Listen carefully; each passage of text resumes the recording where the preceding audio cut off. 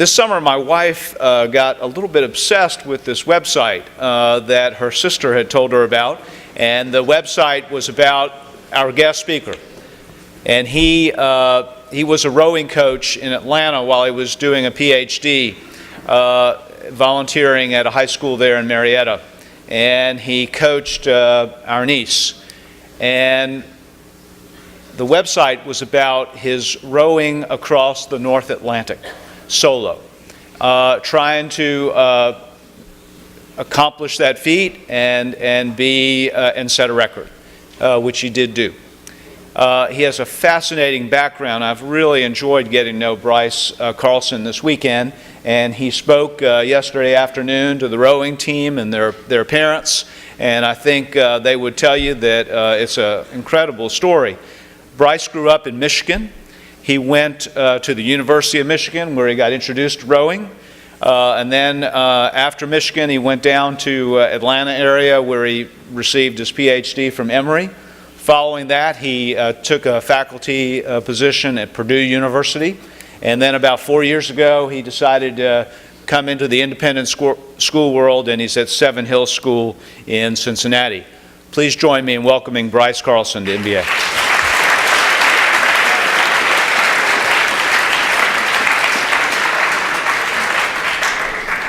Thank you, Brad, and thank you all for being here and for your kind attention. I've always been highly curious, and for much of my adult life been motivated by adventure, challenge, and personal growth. I studied abroad in high school, I rowed in college, I earned a PhD studying wild chimpanzees in East Africa, and I've run dozens of ultramarathons at distances 50 kilometers and up, including 153 miles from Athens to Sparta in Greece, and 3,100 miles from Los Angeles to Washington, D.C.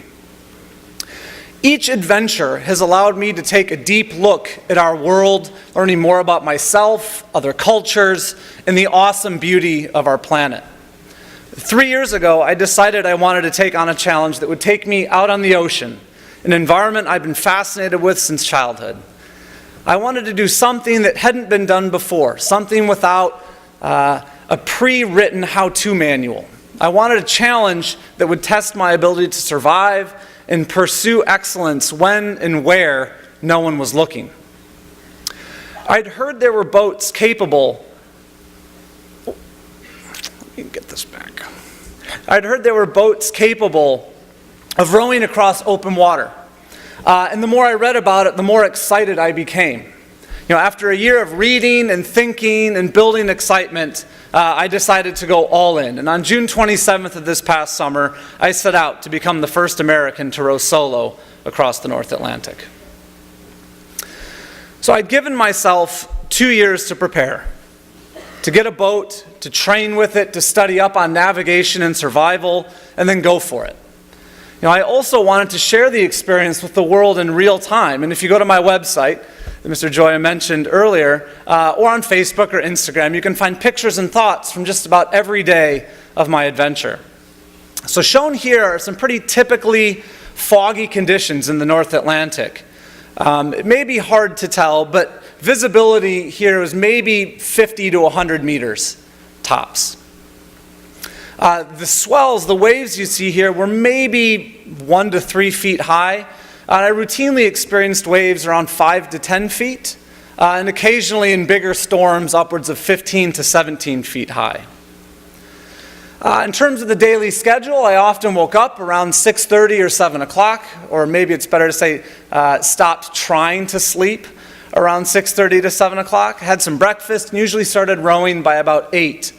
I rowed from about 8 o'clock in the morning until 1 in the afternoon, with the occasional breaks for water, or to stand up and stretch my back, or take in a power bar or a little bit of calories. Around 1 o'clock, I'd take a lunch, which often consisted of a dehydrated meal, so I'd have to boil up some water and then rehydrate whatever the meal was for the day, mostly awful dehydrated rations. And then after lunch, I'd get back to rowing and row until about 8 o'clock at night. Again, periodic breaks every 30 minutes for some water, every hour for some calories. I carried about 80 days worth of food, expecting that the overall expedition might take 50 to 60 days, I hoped, but preparing for 80 just in case and knowing full well that I could always ration that food out to 100 or more days if necessary. And in terms of daily goals, I was really focused on what I could control, of making good effort. It turns out a boat this heavy doesn't move very fast, and it can become a little dispiriting to focus on making progress in terms of mileage. And my progress in terms of mileage was largely outside my control, as it was dependent on the wind and the currents, etc. So I focused on effort. I focused on efficiency, spending as little energy as possible moving the boat as well as possible. Timing of my strokes with the waves, monitoring how much speed I was adding to the boat, and resting when it was clear my movement wasn't as efficient as possible. The spending of the energy, the limited energy I have, wasn't as efficient. Occasionally, the waves were too big to allow me to row. It was usually over 10 feet. If the waves got to be 10 feet or more, I found I couldn't really add much speed to the boat. So I hunkered down inside the cabin, which you can see behind me in the rowing position here, and waited for conditions to improve. Again, mentally, I had to focus on what I could control and let the rest go, which could be extremely difficult. And that ability to stay in the moment was tested many times over the course of my row. So this is a map of the course I followed across the North Atlantic, with the X's you see here indicating where something went wrong or broke. And as I think you can see, there are a number of X's on this map. So on day one of my adventure, setting out from Newfoundland here, my primary desalinator broke. So that was the device that gave me fresh water. I carried no fresh water on the boat. I trusted in the desalinator to create fresh drinking water for me from seawater. Well, that primary desalinator broke on day one. Thankfully, I had an emergency backup desalinator that required a little bit of manual pumping to get my water, but it proved sufficient, thankfully, although there was a fair bit of anxiety throughout the rest of the journey about its ability to continue producing. On day 5 of my journey, my boat capsized for the first of over a dozen times. And water ended up spilling into the cabin because I had inadvertently left an air vent open. And that water proved pretty problematic. In the beginning, it was just uncomfortable with having a soaking mattress and soaking sleeping bag in otherwise very cold conditions. On average, it was about 40 degrees Fahrenheit air temperature and about 40 degrees Fahrenheit water temperature. Early on, if you factor in a 20-mile-an-hour wind, it was about 30-degree wind chill. So being wet inside the cabin certainly wasn't advantageous. But I also lost my laptop computer in that soaking. On day 10, I lost the center board of my boat, which snapped in a big storm. I also lost my autopilot, which kept my boat on a heading so I could focus on the rowing and didn't have to focus on the steering. Well, that died on day 10, so I had to focus on the steering and the rowing at the same time. On day 13, my navigation system went on the fritz and received the ominous news that a hurricane was on its way. Thankfully, after a few days of trying to outrun the path of the hurricane, I was informed that there was no way I'd be able to miss and get out of the way of the hurricane.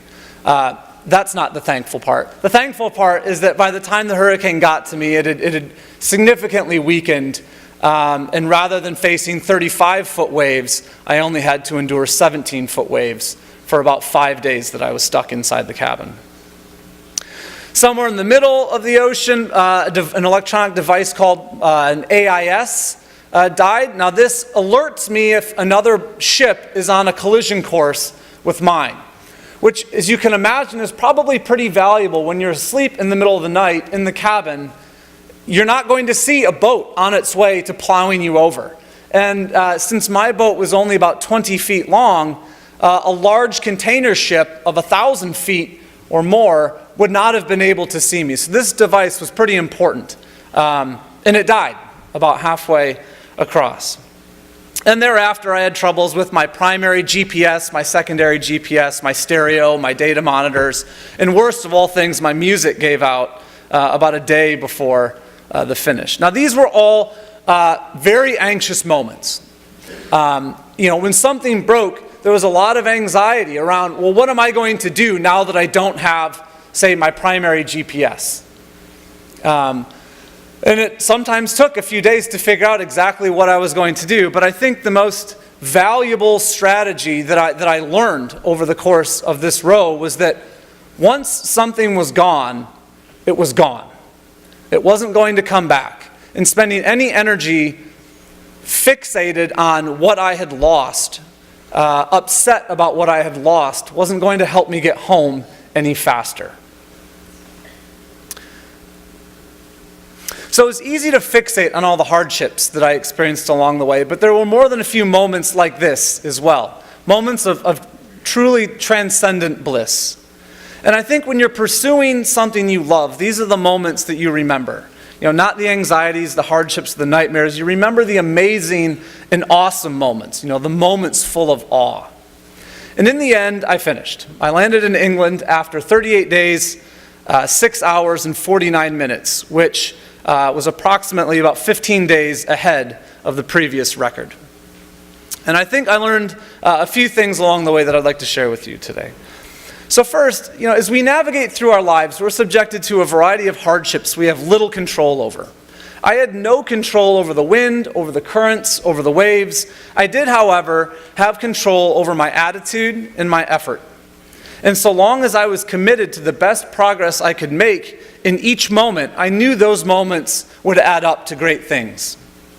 And if you think about your lives, let's think, how much control do you have over getting admitted, for example, to the college of your dreams? Very little, I think, if we're honest with ourselves, right? Someone else has to make that decision. Someone in some admissions office has to say, yes, we want you at our institution. But you can stack the deck in your favor by living each day to the most, developing the skills, experience, test scores, and grades that would make them very foolish not to admit you. And at the end of the day, I think if you focus on what you can control, you'll develop yourself into an amazing person. And if others don't recognize or accept that, well, that's on them. It's not on you. Second, I think we all know glass half empty and glass half full people. They stand before the exact same world, take in the same facts, and yet see them differently.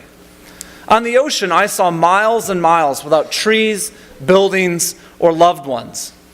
On good days, I saw playful waves and imagined myself one of millions upon millions of organisms in or on the ocean and was filled with awe and wonder. On bad days, I saw hostile waves and a seascape devoid of the life I was most familiar. It was the same water, it was the same scene, but I saw and perceived that scene differently on different days, entirely dependent on my mood.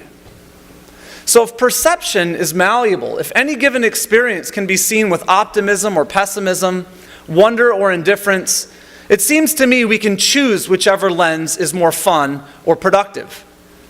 Do you have a teacher that gives twice as many quizzes as other teachers? How do you look at that? Right? How do you see that? I suppose you can be pissed and pout about the extra studying, right? Or you can be thankful that each quiz counts for less of your total grade and you're presumably better prepared for each test. Do you have a really hard practice coming up? You have the choice to embrace and attack that hard practice or limp in, scared, and go through the motions. It's your choice. And you'll have far more fun and success if you choose to be excited. Third, and finally, when we're out pursuing things that have never or rarely been done, and by the way, I think these are often the most rewarding things, there will always be people who don't understand. That don't understand your dream, don't understand your vision. And you may hear the word crazy bandied about for those things. And I think that's okay. Not everyone has to understand your dream. That our dreams appear crazy to others doesn't make them any less powerful to us or any less worthy of pursuing. Now, I think if we look around, you'll see a world filled to the brim with inspiring stories and people who will support our dreams. And even when that support may be thin, I hope you'll have the courage to trust your gut and go for it anyway. The world needs your crazy dreams and someone like you to bring them to life. So thank you.